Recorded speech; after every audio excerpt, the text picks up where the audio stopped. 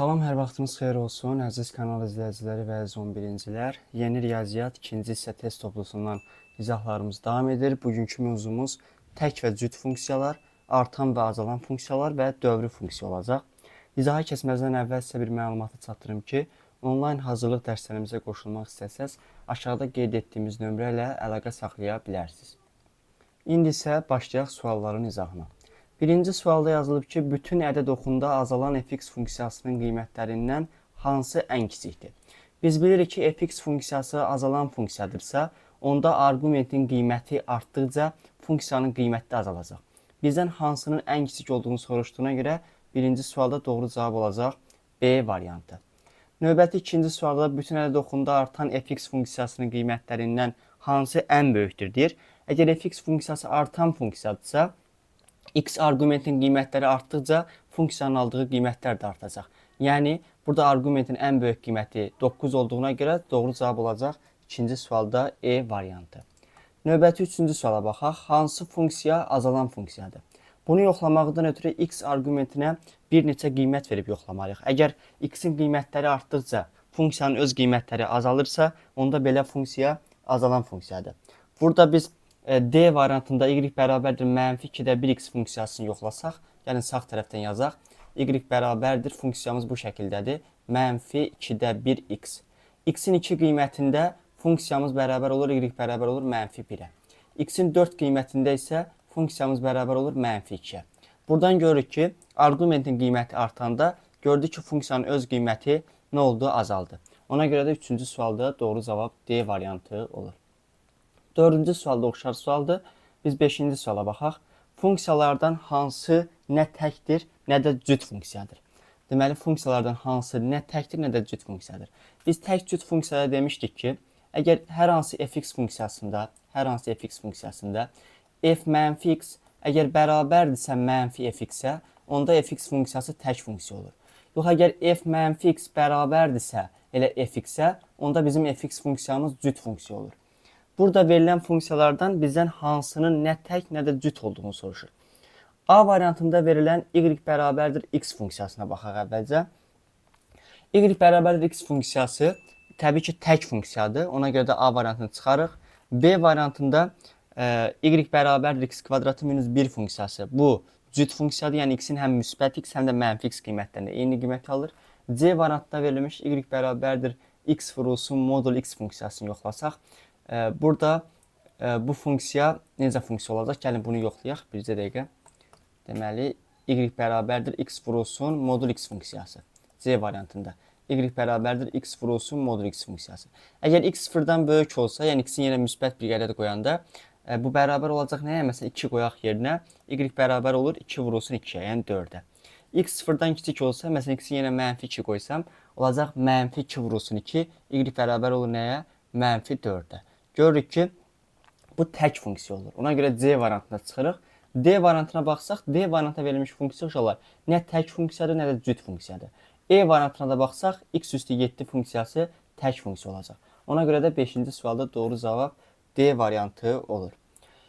Növbəti 6-cı suala baxaq. Hansı funksiya tək funksiyadır? İndicə biz burada C variantını yoxlayana dedik ki, y bərabərdir x vurulsun modul x funksiyası tək funksiyadır. Ona görə də 6-cı sualda da doğru cavabımız Y variantı olur. Növbəti 7-ci suala baxaq. Funksiyalardan hansı cüt funksiyadır? Modul x funksiyası uşaqlar cüt funksiyadır. Yəni x-in həm mənfi x qiymətində, həm müsbət x qiymətində funksiya eyni qiyməti alır. Ona görə 7-ci sualda doğru cavabımız A variantı olur. 8-ci suala baxaq. Funksiyalardan hansı bütün ədəd oxunda azalır deyir. Bütün ədəd oxunda azalır o deməkdir ki, yəni x arqumentin qiymətləri artdıqca y-in qiyməti azalırsa, onda belə funksiya azalan funksiyadır. Burada A variantında verilmiş -4x kubu plus 5 funksiyası azalan funksiyadır. Yoxlasaq, x-in yerinə 1 qoyanda funksiyamız -4 üzərinə gəlinsin 5, müsbət 1 alır. X-in yerinə 2 qoyanda isə funksiyamız deməli 2-nin kubu 8, -27 olur. X-in qiymətləri artdıqca funksiyanın qiymətləri azaldı. Ona görə də belə funksiya azalan funksiya hesab edilir. 9-cu sualda hansı bütün ədəd oxunda artan funksiyadır? Artan funksiya olacaq burada deməli hansı funksiya A variantında verilmiş y bərabərdir 2x kubu plus 5 funksiyası. Burada yoxlasaz x-in yerinə, yəni x arqument x1 x2-dən böyük olanda belə yazacaq ümumi şəkildə. x1 x2-dən böyük olanda fx1 də əgər fx2-dən böyük olsa, onda belə funksiyaya biz artan funksiya deyirik. Burada A variantı olur 9-cu sualda. 10-cu suala baxaq. Yazıb ki, qrafiklərdən hansı tək funksiyadır? Ümumiyyətlə uşaqlar, biz funksiyaların qrafikləri veriləndə tək və ya cüt funksiyanın qrafiki olub olmadığını ona əsasən müəyyənləşdiririk ki, tək funksiyanın qrafiki koordinat başlanğıcına nəzərən simmetrik olur.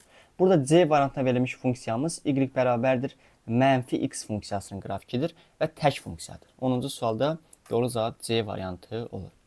11-ci sualda verilmiş funksiyalardan hansı cüt funksiyadır deyir. Cüt funksiya isə cüt funksiyanın qrafiki ordinat oxuna nəzərən simmetrik olur. Bu da hansı variantda verilib? C variantında. Bu y bərabərdir modul x funksiyasının qrafikidir və y bərabərdir modul x funksiyası cüt funksiya hesab edilir. Davam edək növbəti 13-cü sualına. Yazır ki, bütün ədəd oxunda azalan fx funksiyasının qiymətlərindən hansı ən böyükdür? Dedik ki, azalan funksiyadırsa, x arqumentin qiymətləri azaldıqca funksiya böyüyəcək. Yəni, özünün ən böyük qiymətini alacaq. Görək, buradakı variantlarda hansında x-in arqumentinin qiyməti ən kiçikdir? Deməli, 4-də 3, 2-də 1, 5-də 1, 3-də 7 və 1. Təbii ki, burada 1-i və 3-də 7-ni çıxacam mən, qalır bu 3-ü. Bunların arasında müqayisə aparsaq, 4-də 3 ilə 2-də 1-i müqayisə eləyəndə 2-də 1 daha böyükdür. Ona görə bu da gedəcək. Biz ən kiçikləri müqayisə eləməliyik. 4-də 3 ilə 5-də 1-i müqayisə eləsək, deməli 5-də 1 daha kiçik olur. Ona görə də cavab olur C variantı. Növbəti 14-cü suala baxaq. Fx bərabərdir x üstü 40 funksiyası üçün hansı münasibət doğru deyildir? Hansı münasibət doğru deyildir? Burada uşaqlar f3 deyir ki, f0-dan böyükdür. Düzdürmü? Bu bəli, doğrudur. Çünki x-in yerinə 3 qoyanda 3 üstü 40, 0 üstü 40-dan, yəni 0-dan böyük olur. Bizdən doğru olmayan istədiyinə görə A variantını çıxırıq. B variantında f-2 deyir ki, f-3-dür. Bu uşaqlar necə funksiyadır? Burada görürük ki, bu funksiya -2 qoyanda bu necə qiymət alır? -2 üstü 40 müsbət qiymət alır. Bu da -3 qoyanda isə -3 üstü 40. X üstü 40 funksiyası cüt funksiyadır, düzdürmü? Cüt funksiyadırsa, onda f-2 elə f müsbət 2-yə bərabər olur. F-3 elə f müsbət 3-ə bərabər olur. Ona görə bunu bu şəkildə yaza bilərik. f2 kiçikdir f3 kimi yaza bilərik. Və digər tərəfdən x üstü 40 funksiyası artan funksiya olduğuna görə arqumentin qiyməti artdıqca funksiya da artacaq. Bu da doğrudur. C variantı doğrudur. Deyə baxsaq, burada cüt funksiya olduğuna görə f-4-ün yeni ilə f4 yaza bilərik. Yəni burada verilib ki, f4 kiçikdir f2-dən. Amma biz x üstü 40-ın artan funksiya olduğunu dedik. Deməli, bu doğru olmayacaq. Burada f4 f2-dən böyük olmalıdır. 15-ci sualda oxşar sualdır. Növbəti 16-cı suala baxaq. Yazılıb ki, n parametrinin hansı qiymətində fx funksiyası cüt funksiyadır? Cüt funksiya olması üçün, uşaqlar, cüt funksiya olması üçün burada nə olmalıdır? Tək funksiyalar itməlidir. Yəni, bunu əvvəlcə sadələşdirək əvvəlcə. Fx funksiyası bərabər olacaq. 3 çıxılsın 2x-in kvadratı olur. 9 çıxılsın 12x. Üzərinə gəlinsin 4x-in kvadratı. Çıxılsın 4mx. Üzərinə gəlinsin 4m. Bax, bu şəkildə belə bir funksiya alınır. İndi bizə lazımdır ki, n parametrinin hansı qiymətində bu funksiya cüt funksiyadır. Cüt funksiya olması üçün, uşaqlar, cüt funksiya olması üçün burada -12x çıxılsın 4mx funksiyaları islah olunmalıdır. Yəni, çünki x funksiyası, y bərabər x funksiyası tək funksiyadır. Və bunun islah olunması üçün də, yəni biz -12x minus 4mx funksiyasını, ifadəsini sıfıra bərabərləşdirməliyik. Buradan mən x-in mötərizə xaricinə çıxarsam, olur -12 minus 4m bərabər olmalıdır sıfıra. Bunun sıfıra bərabər olması üçün mötərizənin içərisini, yəni 12 plus 4m'in mənfiyə vurub bərabərləşdiririk sıfıra. Buradan 4m bərabər olur -12-yə, m-i tapsaq, m-imiz bərabər olur -3-ə. Deməli, m-in -3 qiymətində bu funksiya cüt funksiya olar. Növbəti 17-ci sualda oxşar sualdır. Biz 18-ci suala baxaq. A-nın hansı qiymətində bu funksiya deyir ki, tək funksiyadır. Tək funksiya olması üçün isə uşaqlar, orada biz cüt funksiyaları itirməliyik. Cüt funksiyaları itirməyimiz üçün də burada deməli nə olacaq? X kvadratının əmsalını sıfıra bərabərləşdirməliyik. X kvadratının əmsalını sıfıra bərabərləşdirməliyik və bir də sərbəst həddimiz sıfır olmalıdır. Yəni modulda A minus 3 x-in kvadratı bu sıfıra bərabər olmalıdır və bir də sərbəst ədəd, yəni A plus 3-ümüz də sıfıra bərabər olmalıdır. Yuxarıdakı bərabərliyi həll etsək, modulda A minus 3-ün sıfıra bərabər olması lazımdır. Buradan A2 qiyməti alır, müsbət və mənfi 3. Digər tərəfdən biz sərbəst həddimizin də sıfıra bərabər olmasını istədiyimizə görə A-nın müsbət 3 yox, mənfi 3 qiymətini götürməliyik ki, A plus 3 cəmi də sıfıra bərabər olsun. 18-ci sualda doğru cavab B variantı olur.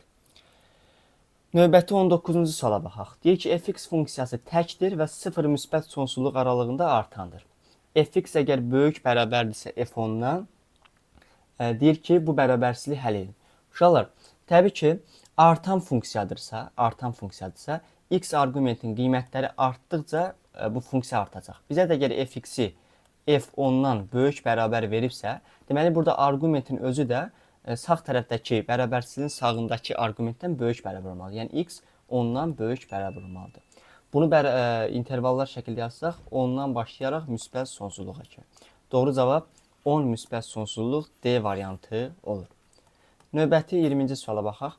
Bu dəfə yenə fx funksiyası tək funksiyadır deyir. 0 müsbət sonsuzluq aralığında azalandır. Azalandırsa, onda burada nə olmalıdır? Burada deməli 20-ci sual yazaq. Əgər bizə fx-i f7-dən kiçik bərabər veribsə, onda burada tərsinə olmalıdır. X böyük bərabər olmalıdır 7-dən. Bunu da interval şəkildə yazsaq, 7 müsbət sonsuzluq olacaq. Doğru cavab. 20-ci sualda doğru cavab olur E variantı. Növbəti 21-ci sualda oxşar sualdır. Bunu da özünüz yazacaqsınız. Yəni, baxaq buna. Bu dəfə fx funksiyası cüt funksiyadır deyir. Bu bərabərsizliyi həll edin. Fx kiçik bərabərdir, deyir ki, f6-dan. Bu bərabərsizliyi həll etməlidir. Azalan funksiyadır. Azalan funksiyadırsa, onda burada x-i 6-dan böyük bərabər və x-i mənfi 6-dan kiçik bərabər götürməlidir. Cüt funksiya olduğuna görə. Bu iki bərabərsizliyin birləşməsinə baxsaq, olacaq mənfi sonsuzluqdan mənfi 6-ya birləşmə 6 müsbət sonsuzluq. Doğru cavab hansı variant olur? Deməli, C variantı. Davam edək növbəti 22-ci sualla. 22-ci sualda oxşar sualda özünüz yazacaqsınız. Gəlin biz 23-ə baxaq. Deyir ki, y bərabərdir fx funksiyası bütün ədəd oxunda təyin olunmuş kəsilməz və tək funksiyadır. 0-6 parçasında ekstremum nöqtələri 1, 3, 5-dir. Y maksimal f1-də alır, bir də f3-də alır, bir də f5-də alır. Bu funksiyanın mənfi 6-6 parçasında minimum qiymətlərinin cəmini tapın. Deməli, uşaqlar, mən əvvəlcə burada qrafiki çəkdim sizin üçün. Bir nöqtəsində bu 7 alır. Burada qiymətləri qeyd eləmişəm. Tək funksiya olduğuna görə təbii ki, koordinat başlanğıcını keçəcək. Yəni f0 sıfıra bərabər olacaq. Və mənfi 6-6 parçasında istədiyinə görə mənfi 1, mənfi 3 və mənfi 5 qiymətlərində, arqumentin mənfi 1, mənfi 3, mənfi 5 qiymətlərində funksiyanın qiymətlərini müəyyənləşdirdik. Necə müəyyənləşdirdik? Tək funksiya olduğuna görə, əgər f1 7-dirsə, f mənfi 1, mənfi 7 olacaq. f3 4-dürsə, f mənfi 3, mənfi 4 olacaq. Burada uşaqlar qrafikdən görünür ki, bunun minimum nöqtələri hansılardır? Bax, bir bu nöqtədir, bir bu nöqtədir. Daha sonra bir bu nöqtədir, bir də bu nöqtədir. Bizdən indi bu minimum nöqtələrin cəmini soruşduğuna görə mənfi 9, mənfi 7 və 4-ün cəmini tapmalıyıq. Yazan mənfi 9, üzərinə gəlinsin mənfi 7, üzərinə gəlinsin 4. Cavab olur mənfi 16, üzərinə gəl 4, mənfi 12. 23-cü sualda doğru cavabımız olur A variantı. Növbəti 24-cü suala baxaq. Deyir ki, bu funksiya tək funksiya olarsa P plus Q plus PQ ifadəsinin qiymətini tapın. Əvvəlcə gəlin biz fx funksiyasını bir qədər sadələşdirək, vurub açaq. Olacaq px-i 2x-ə vuranda 2p x-in kvadratı, px-i q-yə vuranda olur üzərinə gəl pqx. Daha sonra px-i 4-ə vuranda üzərinə gəlinsin 4px. 1-i 2x-ə vuranda üzərinə gəlinsin 2x. 1-i q-yə vuranda üzərinə gəl q, üzərinə gəl 4. Bizə bu funksiyanın tək funksiya olduğu deyildiyinə görə biz burada cüt bir hədləri itirməliyik. Yəni 2px kvadratını itirməliyik. Bunun itməsi üçün təbii ki 2p-nin 0 olması lazımdır və biz buradan p-nin 0-a bərabər olduğunu alırıq. Düzdürmü? Daha sonra p 0-sı avtomatik bu da 0-a gedəcək. Bu da getdi 0-a. Digər tərəfdən nə olacaq burada? 4px plus 2x-in də cəmi nəyə bərabər olmalıdır? 0-a. Təbii ki, bu da 0-a gedəcək. Bu da sıfıra gedəcək. Qalır 2x üzərinə gəlsin q plus 4. Düzdür? Burada uşaqlar tək funksiya dediyinə görə q-nin də sərbəst hədində 0 olması lazımdır. Yəni q plus 4-ün də 0 olması lazımdır. Q də buradan bərabər olur nəyə? Mənfi 4-ə. Q-miz mənfi 4, P-miz də 0 olduğuna görə indi bu ifadənin qiymətini taparıq. Cavab olacaq nə? 0 üzərinə gəlinsin mənfi 4, üzərinə gəlinsin 0 vurulsun mənfi 4. 0 mənfi 4-ə vuranda 0 olur, 0 üstə gəl mənfi 4 üstünə gəl 0. Cavabımız olur nə? Mənfi 4. 24-cü sualda doğru cavabımız olur mənfi 4, C variantı. Növbəti 25-ci suala baxaq. Fx funksiyası mənfi 3 parçasında təyin olunmuş tək funksiyadır. F2 6 olarsa bu ifadənin qiymətini hesablayın. Uşaqlar tək funksiyadırsa, tək funksiya o deməkdir ki, yəni F2-miz 6-dırsa, onda F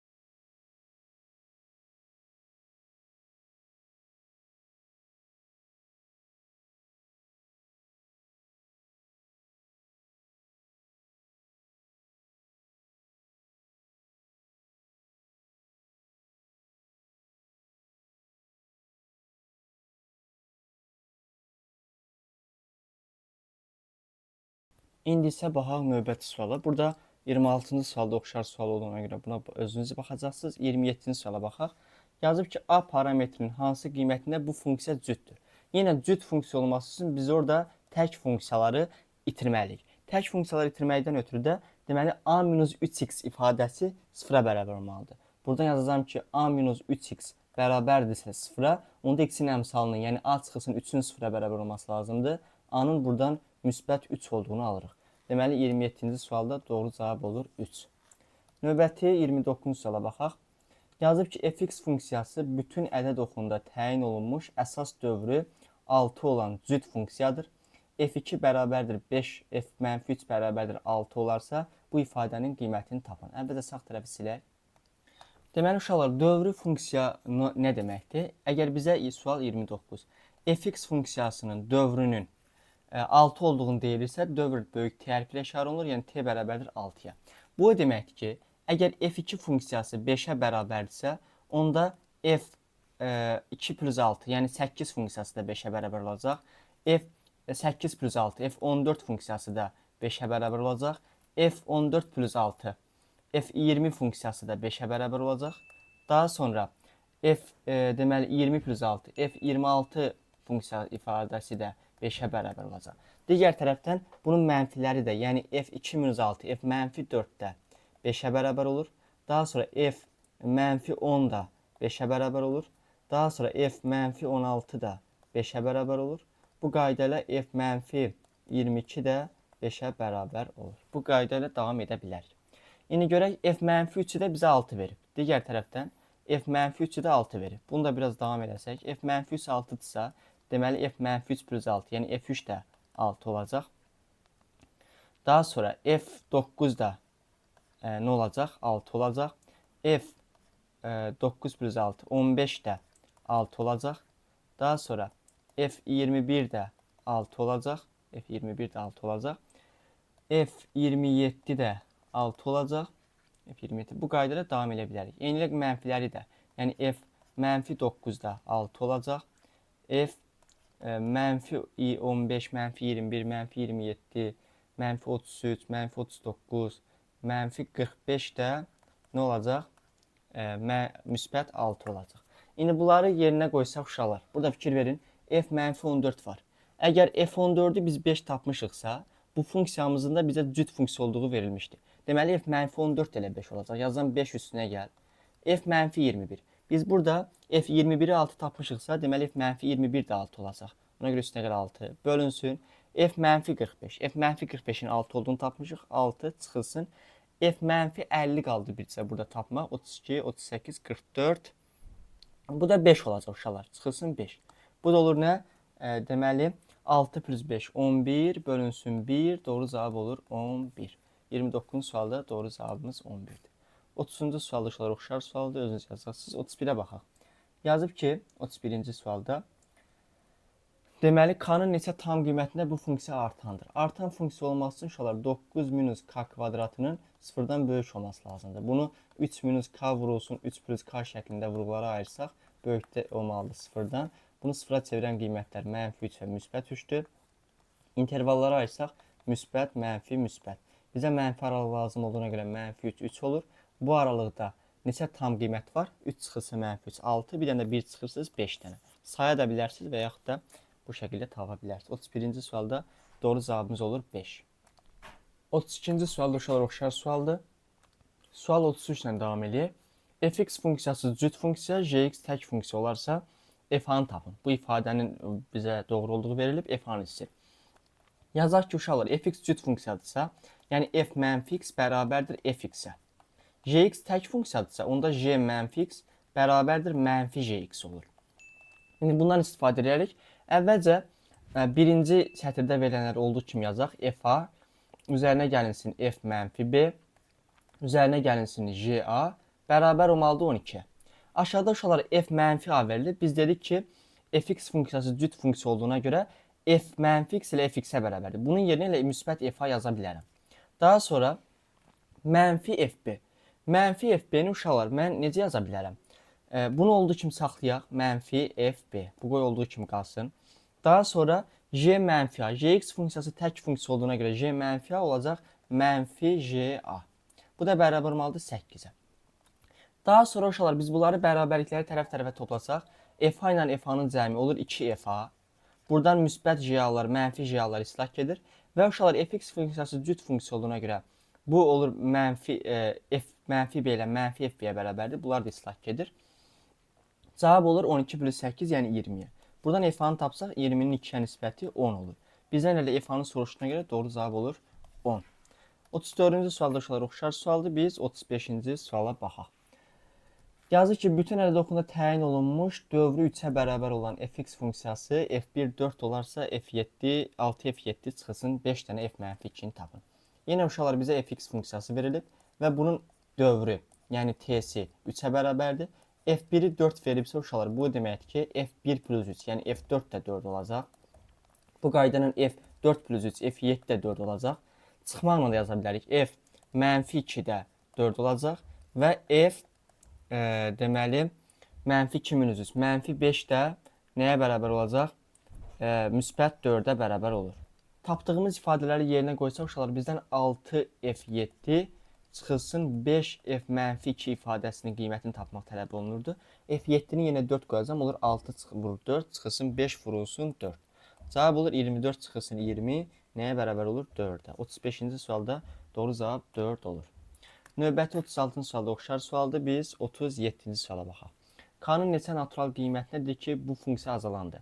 Azalan funksiya olması üçün burada k kvadrata çıxılsın 25-in sıfırdan kiçik olması lazımdır. Bunu vurğularaq k minus 5 vurulsun k plus 5 şəklində ayırarıq. Bu kiçik olmalıdır sıfırdan. Bunu sıfıra çevirən qiymətlərimiz mənfi 5 və müsbət 5-dir. İntervallara ayırsaq 5-dən böyük bir qiymət verəndə müsbət, mənfi, müsbət. Bizə lazım olan aralıq mənfi 5-5 aralığıdır. Və diqqətli olmaq lazımdır. Burada kök altda kx ifadəsini görürük. Burada k-mız nə olmalıdır? Deməli, k-mız sıfırdan böyük olmalıdır. K-nın sıfırdan böyük olduğunda biz burada qeyd etməliyik. K-nın sıfırdan böyük olduğunu qeyd etməliyik. Bu iki intervalın kəsişməsi düşür 0-5 aralığına. Burada neçə dənə tam qiymət var? 1, 2, 3, 4. 4 dənə. 37-ci sualda doğru cavab olur 4. 38-ci sualda oxşar sualdır. Biz 39-cu suala baxaq. Yazıb ki, əsas dövrü 7-yə bərabər olan fx funksiyası bütün əldə təyin olunmuş tək funksiyadır. Bu ifadənin qiymətini hesablayın. Gəlin hesablayaq uşaqlar. 39. Əsas dövrüdür ki, 7-yə bərabər olan tək funksiyadır. Yazacağım ki, 2 vurulsun, deməli f11 ifadəmizi köçürək, çıxılsın f14, bölünsün f mənfi 4, f mənfi 4 üzərinə gəlinsin 5. Bu ifadənin qiymətini hesablamalıyıq. Gəlin hesablayaq. Əsas dövrü 7-yə bərabər olan. Əsas dövrü 7-yə bərabər olan o deməkdir ki, məsələn, tutaq ki, f mənfi 4-ümüz müəyyən bir y-ə bərabərdirsə, f3-ümüz də, f10-umuz da, f17 də həmin qiymətə bərabər olur. Biz bu ifadəni uşaqlar ayrı-ayrı məxrəcdə yazsa olacaq 2f11 bölünsün f mənfi 4, f mənfi 4 çıxılsın f14 bölünsün f mənfi 4 kimi yazaram. Üzərinə gəlinsin 5. Bu da bərabər olacaq.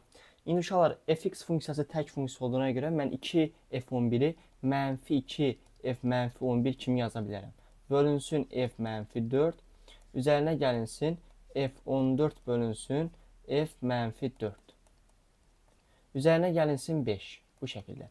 İndi uşaqlar bunun ən kiçik əsas dövrü 7 olduğuna görə f mənfi 11 ilə f mənfi 4-ə bərabər olur. Bölür mənfi 2. Üzərinə gəlinsin. Biz də bilirik ki, tək funksiya f0-da 0 alır. f0-da 0 alırsa, deməli, əsas dövrü də 7 olduğuna görə f7-də də 0 alacaq. f14-də də 0 alacaq. Bu ikinci ifadədə sürətin yenə 0 qoyanda bu kəsir 0-a bərabər olur. Olur üstünə gəlsin 0, üzərinə gəlinsin 5. Cavab olur müsbət 3. 39-cu sualda cavab olur müsbət 3. 40-cı sualda oxşar sualdır. 41-ci suala baxaq. Deyir ki, fx funksiyası tək funksiyadır və f mənfi 2 bərabərdir 4 olarsa j2-ni tapın. j2-ni tapmaq üçün təbii ki, burada nə edəcəm? j2 bərabər olacaq. X-i yenə 2 qoyacam. 3 vurulsun 2-nin kubu. Üzərinə gəlinsin 2f2. Bu şəkildə. Bu da bərabər olur 3 vurulsun 8.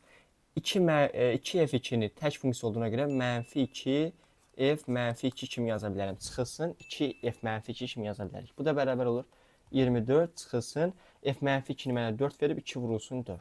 Olur 24 çıxılsın 8, 16.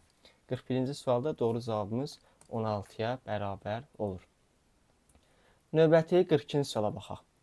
Deyir ki, uyğunluğu müəyyən edin. A mənfi 3 olduqda, A-nın yerinə mənfi 3 qoyanda, görək nə olur? A-nın yerinə mənfi 3 qoyanda x kvadratın əmsalı gedir 0-a. Düzdürmü? X kvadratın əmsalı 0-a gedir. 0-a gedir. Və burada yerinə qoyanda mənfi 3, 9, çıxılsın 6, 3 tək funksiya olur. Daha doğrusu, deməli, bircə dəqiqə bunu da müəyyənləşdirək. A mənfi 3 olanda, düzdür? A mənfi 3 olanda. A-nın yerinə mənfi 3 qoysaq, burada x kvadratın əmsalı gedir 0-a. Funksiyamız bu şəklə gəlib düşür. Baxın, A-nın yerinə mənfi 3 qoyanda, mənfi 3-ün kvadratı 9, çıxılsın 6, 3, mənfi 5x olur, mənfi 5x. Üzərinə gəlinsin 1. Bu da azalan funksiyadır da uşaqlar. 1-ə uyğundur D. 1-ə uyğundur D. İkincisinə baxaq. A mənfi 4 olanda, sərbəst həddə gedir 0-a. Olur a kvadratı, yəni mənfi 4-ün kvadratı 16, 7x kvadratı olur. 7x kvadratı. Burada da A-nın yerinə mənfi 4 qoyanda 16 çıx 8 çıx 8. Bu da gedir. Bircə bu qalır. 7x kvadratı. 7x kvadratı funksiyası da bilirik ki, cüt funksiyadır. Və başqa hansı uyğun olacaq? X bərabər 0 düz xətti bu qrafikin simmetri oxudur. Bəli, 2-yə 7 uyğun gəlir. Üçüncüyə baxsaq, A3 olanda, A-nın yerinə 3 qoysaq, bu x kvadratın əmsalı yenə 0-a bərabər olur. 3-ün kvadratı 9, üzərinə gəl 6, 15, 7x, üzərinə gəlsin 7. Bu funksiya isə artıq necə funksiyadır? Artan funksiyadır. 3-ə də uyğun olur B variantı. Növbəti 43-cü suala baxaq. Uyğunluğu müəyyən edin uşaqlar. Uyğunluğu müəyyən edində burada birinci funksiyamızın təpə nöqtəsi mənfi 3, mənfi 2-dir. Çünki burada elə bir ki, mənfi m budur, n də budur. Təpə nöqtəsi mənfi 3, mənfi 2 olur. 1-ə uyğundur A variantı. İkinci funksiyamızın təpə nöqtəsi deməli 3 mənfi 2-dir. 3 mənfi 2, yəni D variantı 2 uyğundur. Üçüncü funksiyamızın təpə nöqtəsinə aid heç bir variant olmadığına görə bunu yazmağa ehtiyac yoxdur. 1-ə başqa nə uyğun gəlir? Deməli, burada nə olur? 3 müsbət sonsuzluq olanda bu artan funksiyadır. Bəli. 3 müsbət sonsuzluq x plus 3-ü biz nə edirik? Artır. B variantı 1-ə uyğun olacaq. 1-ə uyğundur A və B. Daha doğrusu uşaqlar, bircə dəqiqə burada biz yoxlayaq da. 1-ə A uyğun oldu, düzdür? İndi görək, bunun artan olması üçün x plus 3-ü 0-dan böyük götürərəm. X mənfi 3-dən böyük olur. Buna uyğun olmur. İkinci variantda x plus 3-ü 0-dan böyük götürürük. Orada x 3-dən böyük olur. Deməli, 3 müsbət sonsuzluğu da artır bu. 2'yə uyğundur. 2'yə uyğun oldu B'dir. 1'ə A, 3'ə də deməli 3 müsbət sonsuzluq aralığında bu dəfə bu azalacaq və bir də o y oxunu görək harda kəsir. 0 verəndə -3 kvadratı müsbət 9, qabaqda mənfi 9, üstünə də 2 gələndə -7. Y də 3'ə uyğun olur. Bu şəkildə. 44-cü suala baxaq. Deyir ki, A -4 olduqda, A -4 olduqda görək funksiyamız hansı şəkildə gəlib düşür. X kvadratın əmsalı gedir 0-a. Olur -4 çıx 3, -7, qabaqdakı olur müsbət 7x. Burada A-nın yerinə -4 qoyanda bu onsuz da vurğulara necə ayrılır? Vurğulara A+4 vurulsun, A-4 vurulsun, A+3 şəklində ayrılmır uşaqlar. A-4 vurulsun, A+3 şəklində ayrılır da. İndi A-nın yerinə -4 qoyanda olur nə? -8 vur -1 müsbət 8. Olur 7x + 8. Necə funksiya olur uşaqlar indi bu? Bu təbii ki artan funksiyadır və tək cütlüyünə baxaq. Tək cütlüyünə baxaq. Nə tək funksiyadır, nə də cüt funksiyadır. Uşaqlar kx + b funksiyası nə tək funksiyadır, nə də cüt funksiyadır. 1'ə uyğun oldu b və y. 2'yə baxaq. A3 olanda bizim x kvadratın əmsalı olur -7x kvadratı. Bu gedir 0'a. 3 qoyanda bu da olur nə? 6 vurulsun. Deməli 6 vurulsun -1 çıxılsın 6. Bu şəkildə olur. Bu da necə funksiyadır uşaqlar? Deməli bu da təbii ki cüt funksiyadır. Bəli, cüt funksiyadır. A variantı 2 uyğun oldu. A variantı. Başqa heç bir uyğun yoxdur. C variantına baxaq. A-nın yerinə 4 qoyanda x kvadratı gedir 0'a. Olur -x. -x qalır. Y bərabər -x. Bu da necə funksiyadır uşaqlar? 44-cü sualda. Bu da tək funksiyadır. 3'ə də uyğun oldu. C variantı. Belə. 44-cü sualda bu şəkildə. 45-ci suala baxaq. Ümumiyyətlə uşaqlar funksiyanın artma azalma aralığını tapmaq üçün onun təpə nöqtəsinin koordinatlarını tapmalıyıq. Birinci funksiyamızın təpə nöqtəsinin koordinatı, yəni m-in tapanda m nəyə bərabər olur? 8 bölünsün 4. Nə olur? 2. Deməli bu olacaq necə? 2 müsbət sonsuzluq aralığında artır. 1'ə uyğundur A variantı. Mənfi sonsuzluqdan 2'yə kimi isə azalır olacaq da. 1'ə uyğun oldu AC. İkincidə təpə nöqtəsinin koordinatını tapsaq olacaq -5 bölünsün. -b bölünsün 2 adı. -2 olur 2/5. Deməli bu mənfi sonsuzluqdan 2/5'ə kimi mənfi sonsuzluqdan 2/5'ə kimi artır. E variantı 2'yə uyğundur. Sonra 3'ə baxaq. 3'ə baxaq. Deməli 45'də 1'ə AC uyğun oldu, 2'yə Y uyğun oldu. 3'ə baxaq. 3'də də uşaqlar 3-cü sualda da bu təpə nöqtəsinin m 0 olur, yəni 0 müsbət sonsuzluq aralığında artar olacaq. B variantı da 3'ə uyğundur. 46-cı sualda uşaqlar oxşar sualdır. Bunu özünüz yazacaqsınız. Növbəti 47-ci suala baxaq. Uyğunluğu müəyyən edin deyir. Uyğunluğu müəyyən edin deyir. Birinci qrafik y bərabər x kvadratının qrafikidir. Bax bu y bərabərdir x kvadratının qrafikidir. Bəli.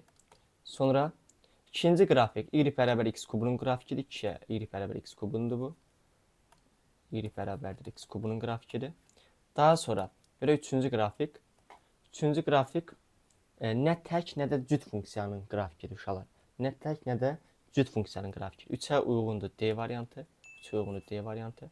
Daha sonra x kvadratı 1'ə uyğundur B. 1'ə uyğun oldu B. Yazaq buradan. 1'ə uyğun oldu B. 2'yə uyğun oldu x kubu funksiyasının qrafiki. Hansı? E variantı. 2'yə uyğun oldu E variantı. Daha sonra deməli B, Y, D variantlarını yazmışıq. Bunların üstünə xətt çəkək. B, Y, D variantı. Cüt funksiyanın qrafiki ola bilər. Bu x kvadratıdır da uşaqlar. Cüt funksiyanın qrafiki ola bilər. 1'ə C-də uyğun olur. 1'ə C-də uyğun olur. Deməli 1'ə uyğun oldu BC. 1'ə uyğun oldu BC. 2'yə uyğun olacaq E. Bir də tək funksiyanın qrafiki A. 2'ə də uyğun oldu A və Y. Bu şəkildə. 1'ə BC, 2'ə AY, 3'ə də uyğun oldu D variantı. Növbəti 48 suala baxaq. Y bərabərdir modul x funksiyasının qrafiki ola bilər. Bu 2'dir. 2'ə uyğundur A variantı. Daha sonra görə cüt funksiya var. Cüt funksiyanın qrafiki ola bilər. Bu da 2'ə uyğundur. Çünki modul x funksiyası cüt funksiyadır. AD.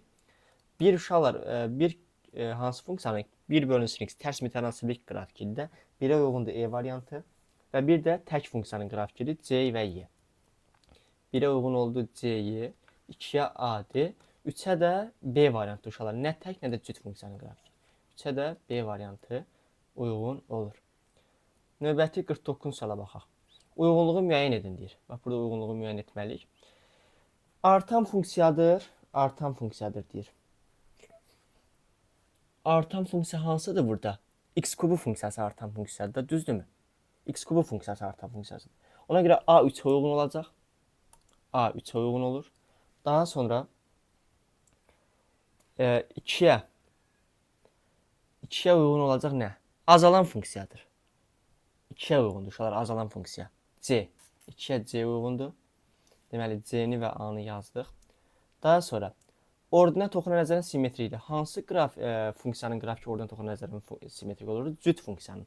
Burada da birinci verilən funksiya x kvadratı funksiyası cüt funksiya olduğuna görə 1-ə uyğun olur D. 1-ə D-də uyğun olur, D-ni də yazdıq. Daha sonra qrafiki 1-0 nöqtəsindən keçir. Bəli, bu 2-yə uyğundur. X-in yenə 1 qoyanda 0 olur. B də 2-yə uyğun oldu. B-ni də yazdıq. 0-2 nöqtəsindən keçir. Görək 0 verəndə hansı 2 alır? Heç biri. Ona görə də bu şəkildə 1-ə D, 2-yə B, 3-ə də A olur. Sonuncu 50-ci suala da baxaq. Fx və Gx deyir ki, cütdür. Px və Qx isə tək funksiyalardır. Bunu hesablayın. Uşaqlar, təbii ki, burada mənə f-5-i 3 veribsə, axı fx cütdür. Deməli, f5 də 3 olacaq. Bunları əvvəlcə qeyd edək. Sonra g-7-ni 8 veribsə, gx axı cütdür. Onda J7 də elə 8-ə bərabər olacaq. Daha sonra P4-ü bizə 3 veribsə, onda P-4 nə olacaq? Px axı tək verib, -3 olur. Sonra Q-2-ni mənə -3 veribsə, onda Q2 nə olacaq? Müsbət 3 olacaq. İndi verilənləri yerinə qoysaq, F5, yəni 3 vurulsun, J7, 8, üstünə gəl, P-4, yəni -3, bölünsün Q2, yəni 3. Bunu hesablayacağım. Olur 24 çıxılsın 3 bölünsün 3. Cavabımız olur 21 bölünsün 3, yəni 7. 50-ci sualda da doğru cavabımız olur 7. Belə uşaqlar, bugünkü dərsimiz bu qədər. Gələn dərslərdə görüşənə dək hələlik sağ olun.